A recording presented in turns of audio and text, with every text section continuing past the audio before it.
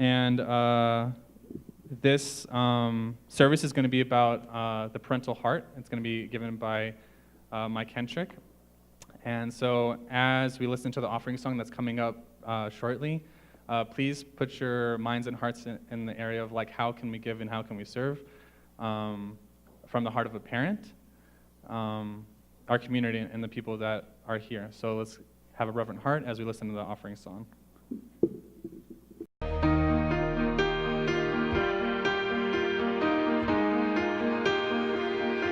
Sometimes I think, what will people say of me when I'm only just a memory, when I'm home where my soul belongs? Was I loved when no one else would show up? Was I Jesus to the least of us? Was my worship more than just a song?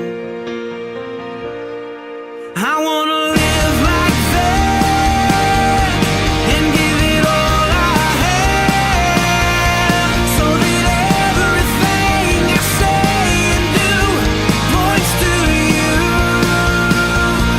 If love is who I am, then this is where I stand,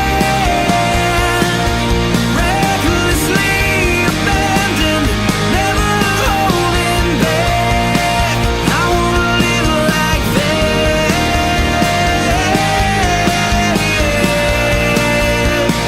I wanna live like that.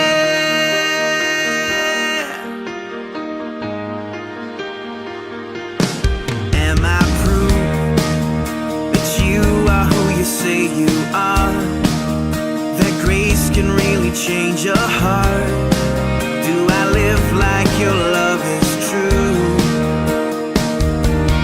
People pass, and even if they don't know my name, is there evidence that I've been changed?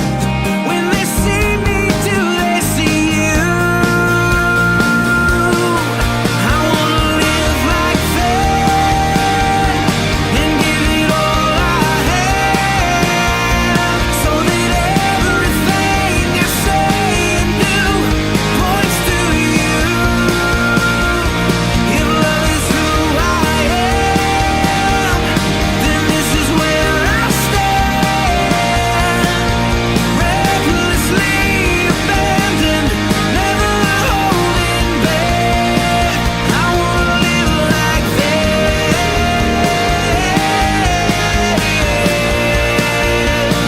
I wanna live like that. I wanna show the world the love you gave for me. I wanna live like I'm longing for the world to know the glory of the King. I wanna live like that and give it all I have, so that everything I say and do points to you. If love is who I am, then this is where I stand, recklessly abandoned, never holding back. I wanna live like that.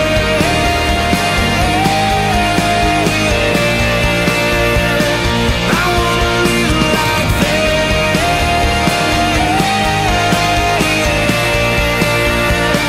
I wanna live like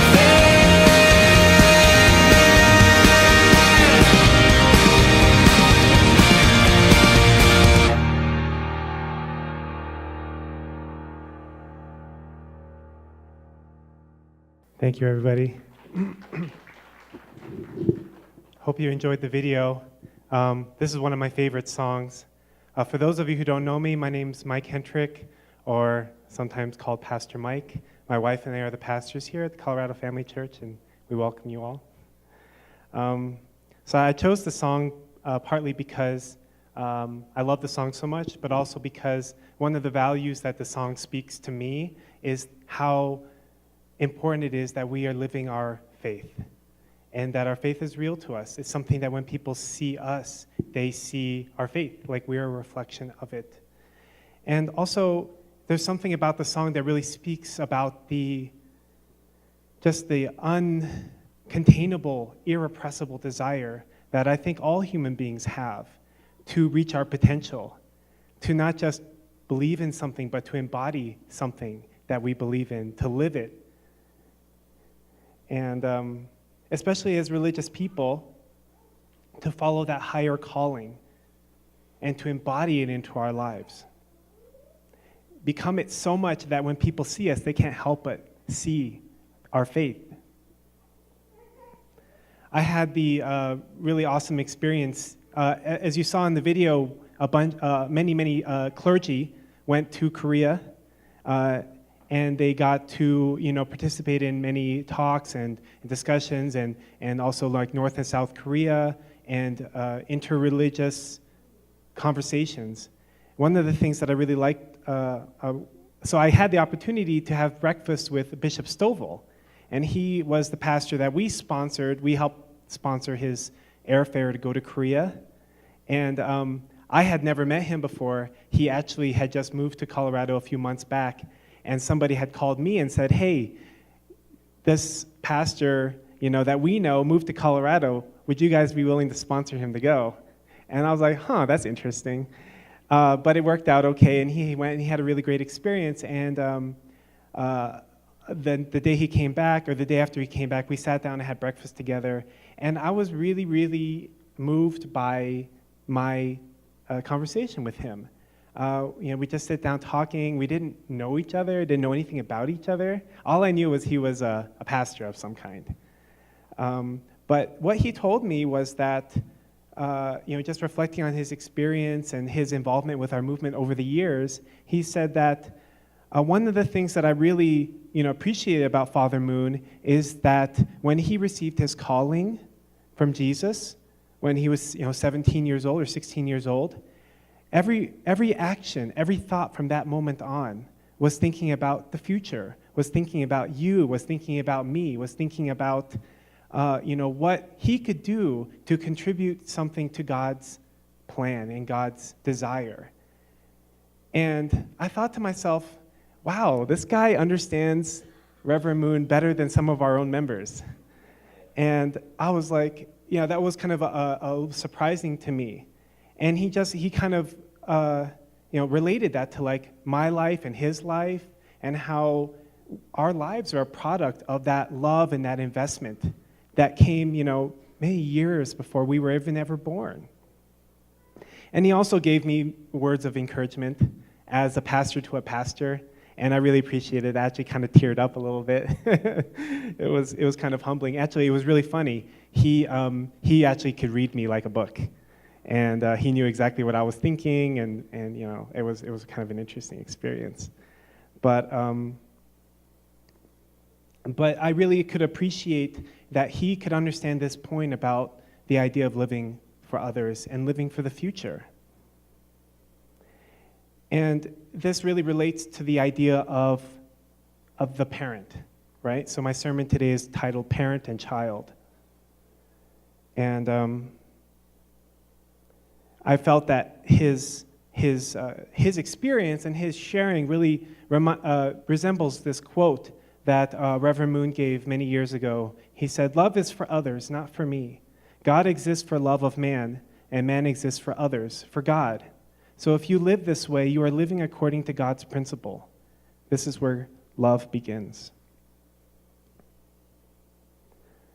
And many times when we see and we hear about people who we really respect and admire, especially like really kind of people that we really look up to, these are oftentimes people who really have this kind of a parent, heart of a parent, right? Like you almost feel like they are like emitting love, like they're exuding love. And it's like, it's unconditional. It doesn't really matter who you are, but it's just there for whoever happens to be in their path.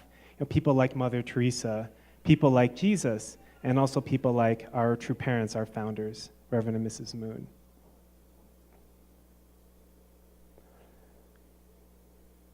And as parents, especially if you have children, but I think that you can understand this heart even if you don't have children yet. You want them to be successful, right? Natural heart of the parent is that you want your children to be actually even more successful, to be more prosperous, to be smarter, better looking, all these things, more than yourself. Even if you worked really hard in your life and you gave up a lot of things, you don't want your children to have to do that also. You want your children to be able to go beyond you. Even if it's way beyond you and they leave you behind, you want that for your children. I think all parents do. I think that heart comes from God. It comes directly from God. But even still, it's hard to have that attitude all the time. And I find myself as a parent with young children sometimes feeling like my kids are in the way. They're in the way of my personal happiness. And they're in the way of my personal success. Like, I could just get so much more done if I wasn't having to deal with, the whining and the needs of the kids, especially, as they're, I haven't experienced children who've become teenagers and young adults, and my understanding is that their needs change. There'll always be needs there. But definitely when they're young, my experience is so far that the need seems constant. Like, it's just always there, and it's always like a time-consuming thing. You got to feed and change diapers and sort out conflicts, and something's not fair, and there's so many different things. It seems to be constantly happening all the time. And it can be easy to, for me, I don't know, maybe not some of you, but for me, sometimes it can be easy to feel, I kind of feel like I lose that perspective of the parent, right? We call that the second fallen nature, leaving one's position, proper position. I leave the perspective of the parent, and I kind of become the almost like the child. Like, it's almost like competition. It's my time or your time. And but I had to recognize, but at the same time recognizing that children are children, right? And that's the part of their role. I'm the parent, that's my position, and they're the child, that's their position. And their position is to receive, especially at that age, right? They have to receive a lot of, especially as a baby, a lot of, they don't give anything back except if they smile or they're cute, right? I think that was God's design. Since the babies can't give anything back, they just give back by how they look.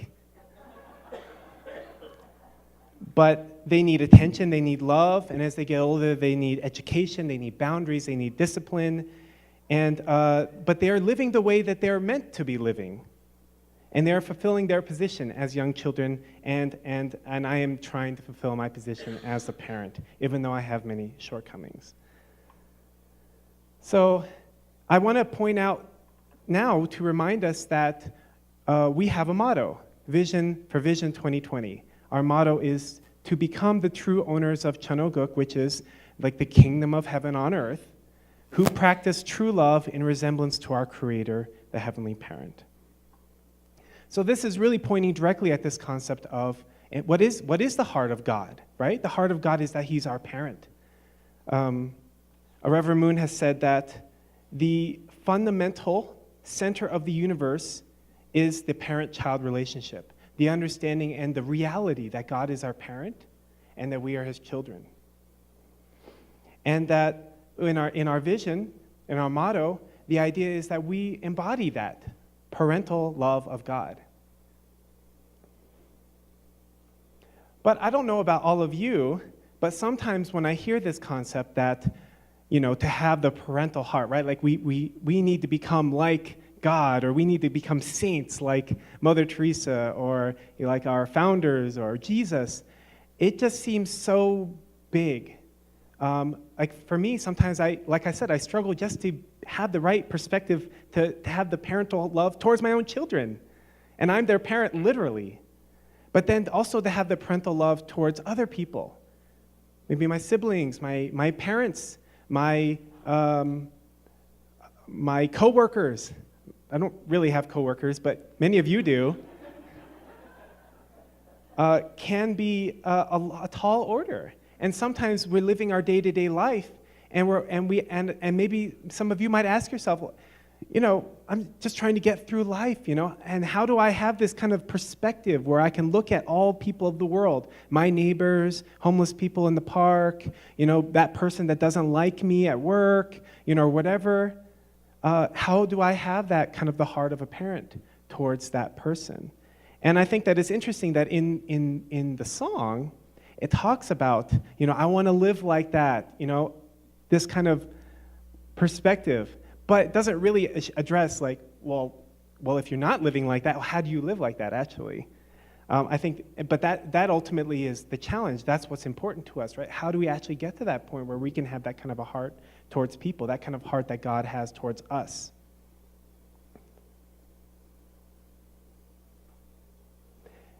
Sometimes when I'm struggling with somebody or struggling with my wife, I'll try to tell myself, I need to have a bigger mind. I need to have a bigger heart. I need to have a bigger perspective. I need to think, how does God look at my wife? God is not seeing all the flaws. She's waving at me. Maybe the what's the word? The problems that I see, shortcomings. God sees her for her as his daughter, as his beloved daughter who is growing and who he loves, who God loves. But at times I've tried to will myself to just act that way or have that kind of a mindset, and I find that for me it doesn't really work very well. But I was thinking about this as I was preparing for this sermon, and it occurred to me that this is kind of going about it the wrong way, although maybe it works for some people. I like this quote. It says, "He who cannot be a good follower cannot be a good leader." And I like that because I think the same concept applies to family, in that I don't know how, I don't want to try to copy this, but in order to be a good leader, first we practice being a good follower. In the same way in a family, to practice having the heart of a parent, we first practice having the heart of a child. But in our world, in the world that we live in, the concept of the parent-child relationship is so skewed. It's so skewed. We look at the relationship that many parents have with their children, or many children have with their parents, and often there is so much blame, there's so much anger, there's so much, I'm not sure what the word is. You can see it very clearly in the movies, for example. Many movies that we watch, even very, very good movies, will oftentimes portray the parents as being clueless and kind of in the way. And you've got these kids who are 13, 14, 15 years old, and they're the stars of the movie. I have no problem with that. I have no problem with kids being stars of movies. But when I see them portraying parents as basically stupid, and the kids is basically having it all together, and the parents got to get out of the way, or they got to get in line and support the parents or the kids, then I feel like it's kind of backwards. Because yeah, it's true. There are parents who don't really know much about being good parents. There are parents who really struggle to try to provide a good environment for their kids. But the kind of to look at our parents with that kind of a perspective of blame and, oh, you're just in my way of being successful in my life, I don't like it. And I don't think that was the way that God originally intended for us to have family relationships. When I was preparing for this, a story kind of came up in my mind that I remembered from many years ago. My wife was actually sharing with me. A good friend of hers, who is a mother, she went out of her way to help this young man who was disabled. She actually took a lot of time away from her family, her own children, and really served this young man who, I don't remember if he got disabled because of an accident or if it was because of a disease or something, but he couldn't walk and he couldn't do a lot of things for himself. So he was in a wheelchair and he needed someone to take care of him all the time. And for whatever reason, parents couldn't do it. So this mother basically took it upon herself to basically take care of this young man through his like high school years. And it was a huge commitment, and it was very, I think, difficult for the family, for the children, because it was easy for their daughter really struggled with this. You know, why are you taking so much care of this young man when your biological child is right here, and she also needs, you know, care and love and support, right? So what actually ended up happening was that at one point the daughter gave the mother an ultimatum. She basically said, I'm trying to remember exactly how it happened. I will speak with you if you stop speaking with this young man for a year. Did that come across clearly? So she told her, you know, if you don't talk to this young man for a year, basically if you stop helping him, then I will, you know, talk with you, or we can have a relationship. And when I heard the story, I just felt like, wow, this is a really a bad example of the kind of attitude that we as children want to, the kind of relationship that we want to have with our parents, right? Because as children, first and foremost, we have to be free to express gratitude to our parents, if for no other reason that we were given life, and that we could be alive in this world, and we could have the life that we have. Sure, maybe our life might have shortcomings. We don't think that we grew up in the ideal family. Who does? But just the fact that we could be born and have the life that we have, and just be grateful for that, and to express that to our family. So this made me recognize that even though it's challenging to try to have this kind of a heart of a parent towards other people, there's actually a very clear process through which we can achieve this kind of a attitude and mindset and heart. And that is through this word, Hyojeong. So many of you may be wondering, why do we hear this word so often in our movement now? We renamed Cheonpyeong, which is like our spiritual retreat in Korea. We renamed that to the Hyojeong Chunwon, right?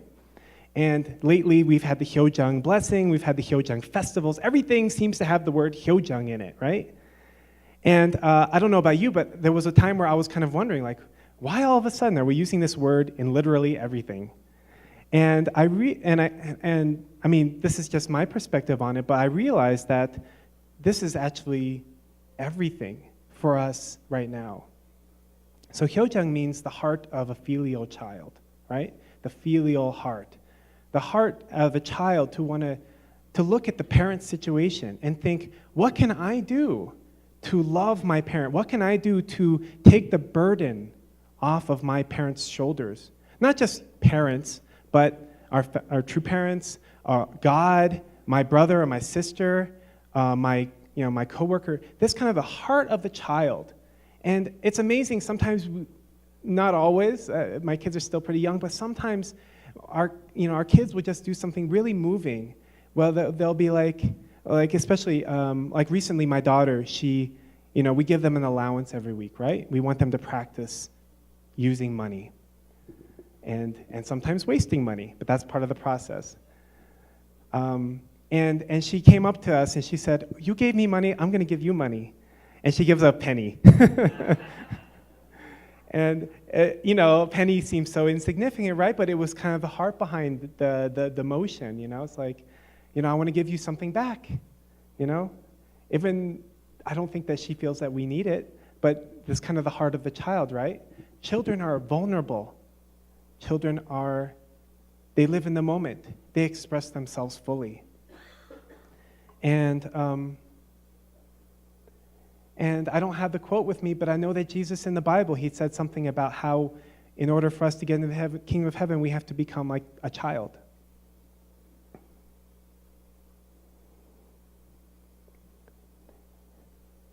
Looking back on my experiences in life, I remember there was a time where I had a leader, kind of like a boss, but only in the religious sense. And I really I've shared this story with some of you before, but I really didn't like him, and I was really judgmental towards him. I was always thinking that he was doing things wrong, I could do things better, he looked funny, it's just, the kind of attitude you get when you don't like somebody and all you can see are the bad things and you can't see anything good. That was where I was at. Maybe some of you are there right now. It's okay, I wouldn't take it personally. But there came a time where it just got so bad that it was either going to end or it was going to get better. Like it was kind of like rock bottom.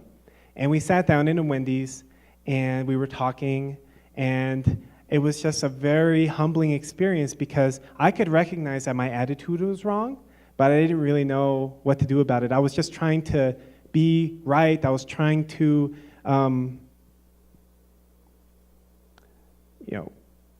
I thought that he was doing everything wrong, so I needed to do everything right, trying to be like the fixer of the situation. But at that time, I sat down with him and I just started crying. I started crying and it was just like, I don't even know, I wasn't planning to apologize.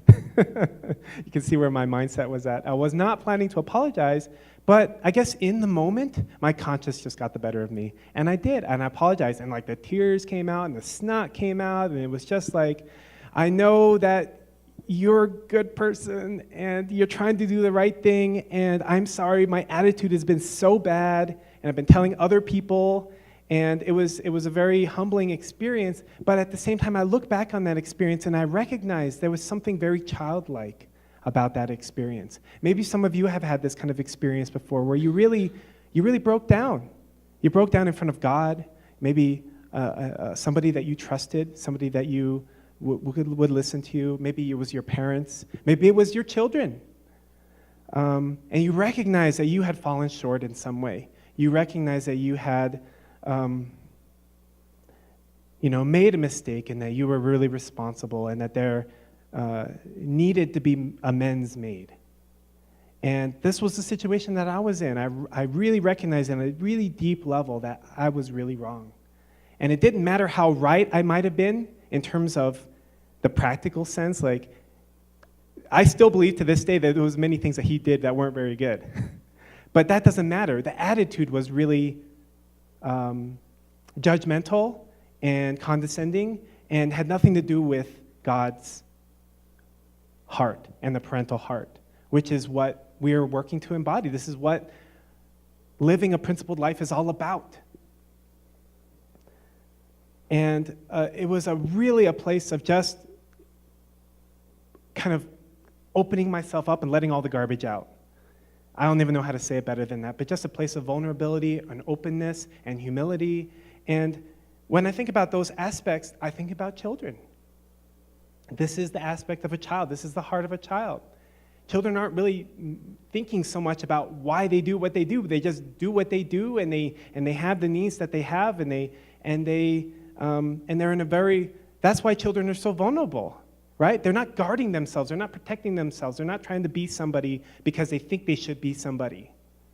They're just being the way they are, and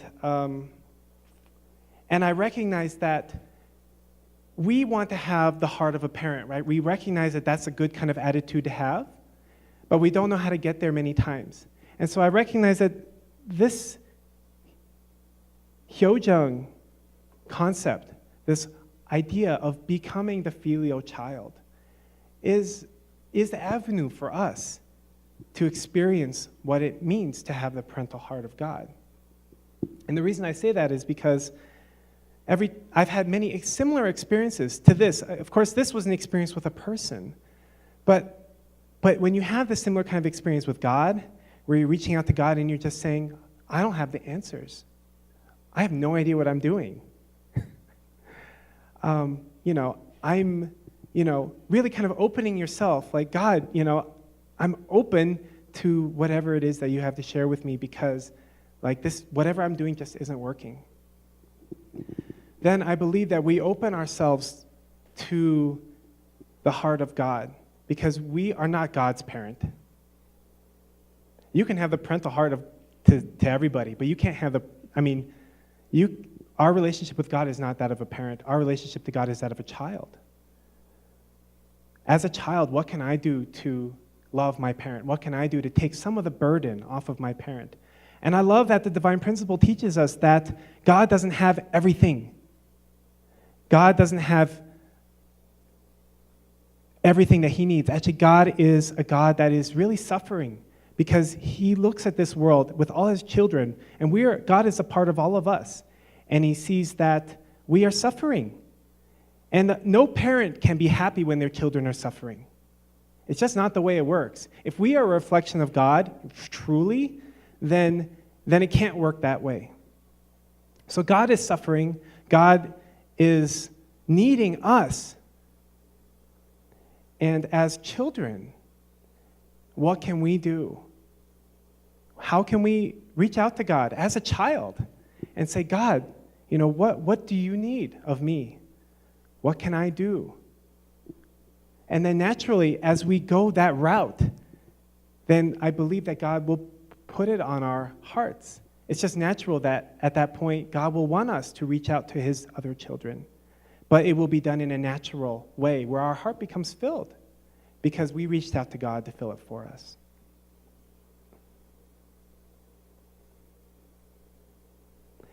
The way the song ends kind of gives a hint to this. I don't know if you remember the lyrics, but it says, recklessly abandoned, never holding back. This is the heart of a child. Children don't hold back, and they just put themselves out there. And sometimes growing up, most of the time, we lose that. We become guarded. We try to keep ourselves safe. We try not to put ourselves out there too much because we don't want to get hurt, because we live in a world where people can get hurt for doing that. But at the same time, if we really want to touch that part of us that is got that irrepressible desire to embody this heart of God, then we have to touch that aspect of us that is the child, wanting to express ourselves fully and be completely for what we believe in.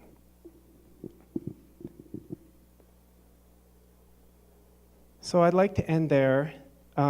I just want to say that we have a couple very special Sundays coming up. We have next week the youth service, and then the week after that is our third-year anniversary service. And we're really excited that Richard and Marjorie Busing will be here. We're not exactly sure what that's going to look like, but it's going to be really great. And then afterwards, we're going to start our first ever sermon series. Exciting. So I would like to offer a prayer so that we can close our sermon. Good morning, Heavenly Parent, and so grateful for all brothers and sisters who are here today, that we could all come together in one place and take this time to really focus all our energy and our heart and our relationship with you. And I really pray, Heavenly Parent, that as we go through life, regardless of all the challenges and difficulties that we face, that we can really never lose sight of the heart of a child. Even though we go through difficulties, and sometimes we get really hurt, and sometimes we get really jaded, and we just feel like, I'm just going to do it myself. I really pray, Heavenly Parent, that we can experience healing in our lives, that we can come back to you as your children,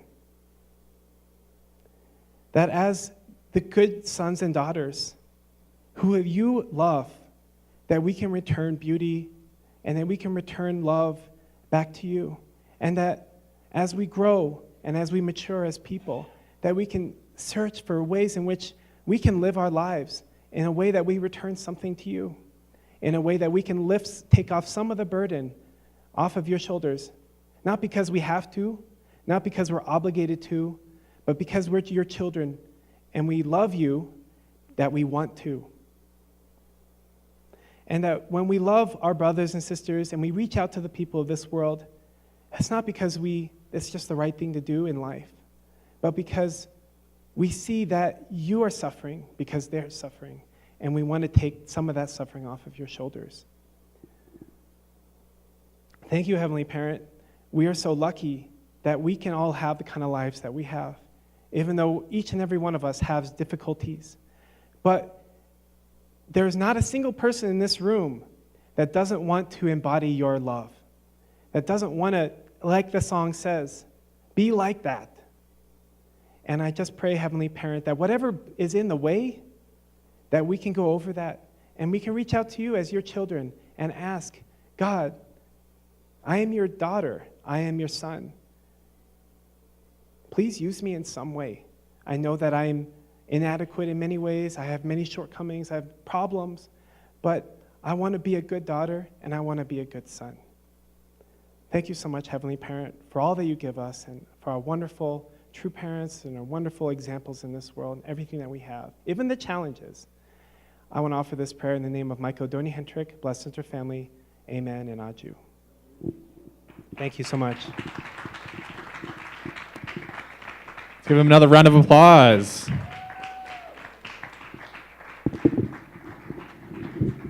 Thank you so much for that sermon, Pastor Mike. Really appreciate it.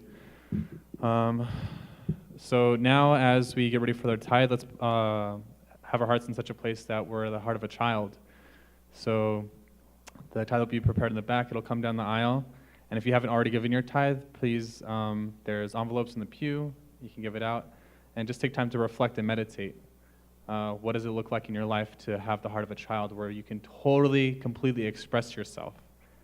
And now that everyone's mostly back to our seats, we'll have a compilation video about what's going on in our community and our nation and world.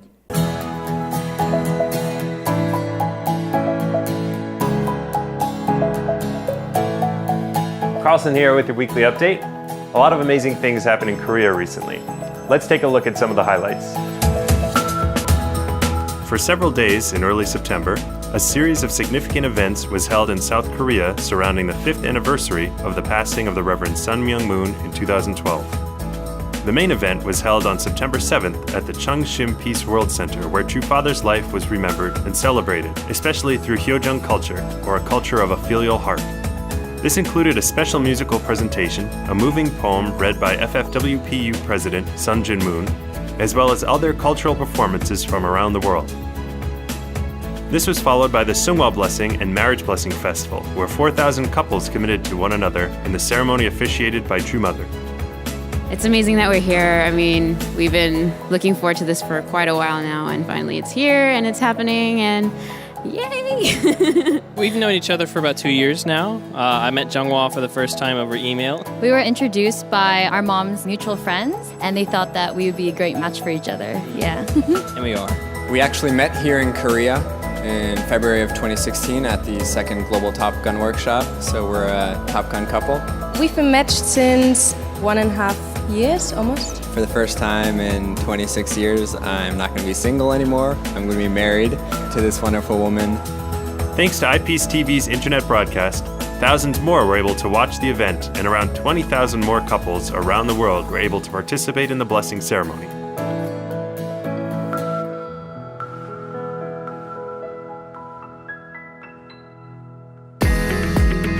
On September 8th, at the H.J. Chunwon complex, a groundbreaking ceremony was held for the Chunji Sunhakwan. This is to be a grand exhibition center and archive devoted to the lives of true parents and to the movement they initiated and inspired. Chairman of the National Assembly Defense Committee and the Governor of Gapyeong County and around 200 members of the American Clergy Leadership Conference were among the 1,000 or so who gathered for the ceremony. Also at H.J. Chunwon, there were a number of dedication ceremonies conducted by True Mother, including H.J. Gung, a facility to educate high-level leaders from around the world about True Parents' vision for peace, the Hyojeong Academy for Arts and Sciences, and H.J. Magnolia Plaza, which houses a restaurant, bakery, and other amenities for the care and comfort of visitors to H.J. Chunwon.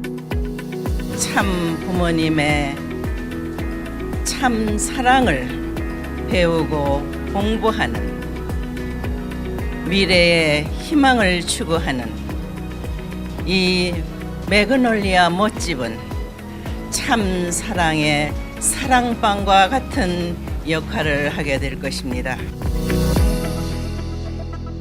Continuing the theme of interfaith unity from the Peace Starts With Me event at Madison Square Garden, ACLC members and other religious leaders gathered for the 2017 Interreligious and International Clergy for World Peace.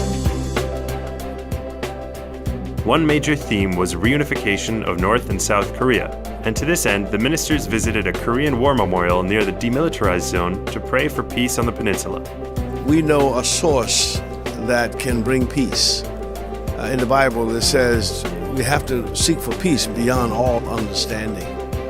And love conquers a multitude of sin. So we're coming here with love and to try to serve as much as we can. The ministers were then invited by True Mother to the Chunjeong-gung to celebrate the conclusion of a victorious week of memorable events. We had a wonderful, wonderful time with True Mother and 230 ACLC pastors and ACLC coordinators here. True Mother's special farewell banquet. Archbishop Stallings testified to True Mother and really lifted up all the hearts of the clergy. We feel Mother's leadership is guiding us to really fulfill all responsibilities to bring the world together in one. The clergy from every denomination are now becoming part of our larger global family. And now Mother's asking us to come to Korea repeatedly, to go to Europe, to go to Asia, to go to also the Middle East. There was an uplifting Holy Spirit atmosphere as the ministers sang Every Praise, the same song that was performed by a 2,000-voice choir at the Peace Starts With Me event at Madison Square Garden in July. It's been a true week full of true love with True Mother, having a truly good time. So I'm just happy. I love doing what I do, and I love being with people, and I love being with good people.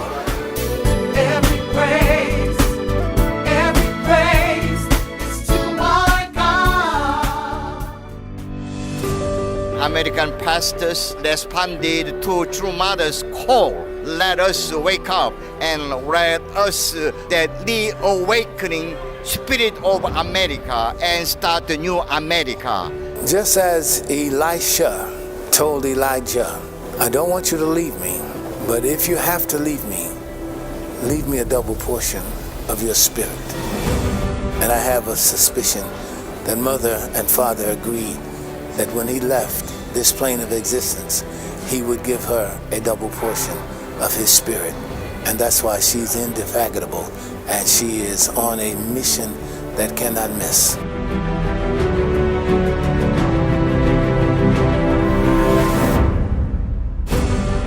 Thanks for watching. God bless, and see you next week.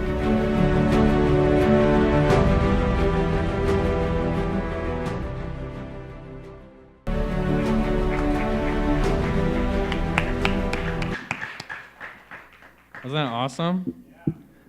My wife would also like to let you guys know that if you'd like to ask her any questions, she was there personally. So if you'd like to ask how her experience was or what it was like, please feel free to spend time with her during lunch. At this time, I'd like to let Sunday School and Ilsham go. And now we'll be having a few local announcements. Okay, great.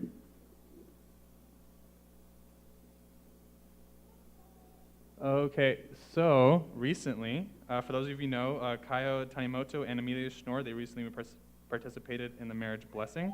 So let's give a round of applause for them. And all the couples as well.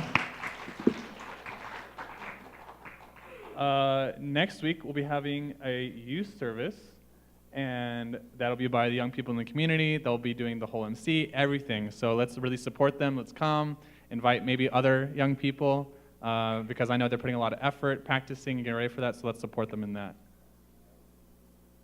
And on October 1st, we'll be having our 3rd year celebration, which is going to be really awesome, because I'm sure Adonia and Mike have done like a really awesome job. And yeah, so, and then also, we'll be having special guests during the 3-year celebration as well. That will be Richard and Marjorie Busing, our national leaders. And they're a really awesome, wonderful couple. I've had the pleasure of being with them through many events, and Aunt Marjorie is just such a sweetheart, and her husband is a really awesome guy. I respect them a lot, and they do a lot with young people, especially Aunt Marjorie. So a lot of people respect them and look up to them, so I hope we can really welcome them warmly. Also, as we already know, there's a 7-day Divine Principle Workshop in Las Vegas and IPEC. It's an amazing experience. I went begrudgingly, but had a wonderful, wonderful time with my wife.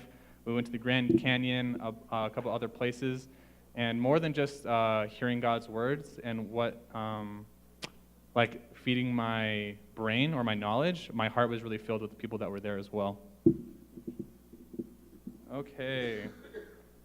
So apparently I need to read this verbatim, so I'm going to be looking at the podium during this portion, just so you guys know. The annual Women's Federation for World Peace Leadership Retreat is October 12th to October 14th.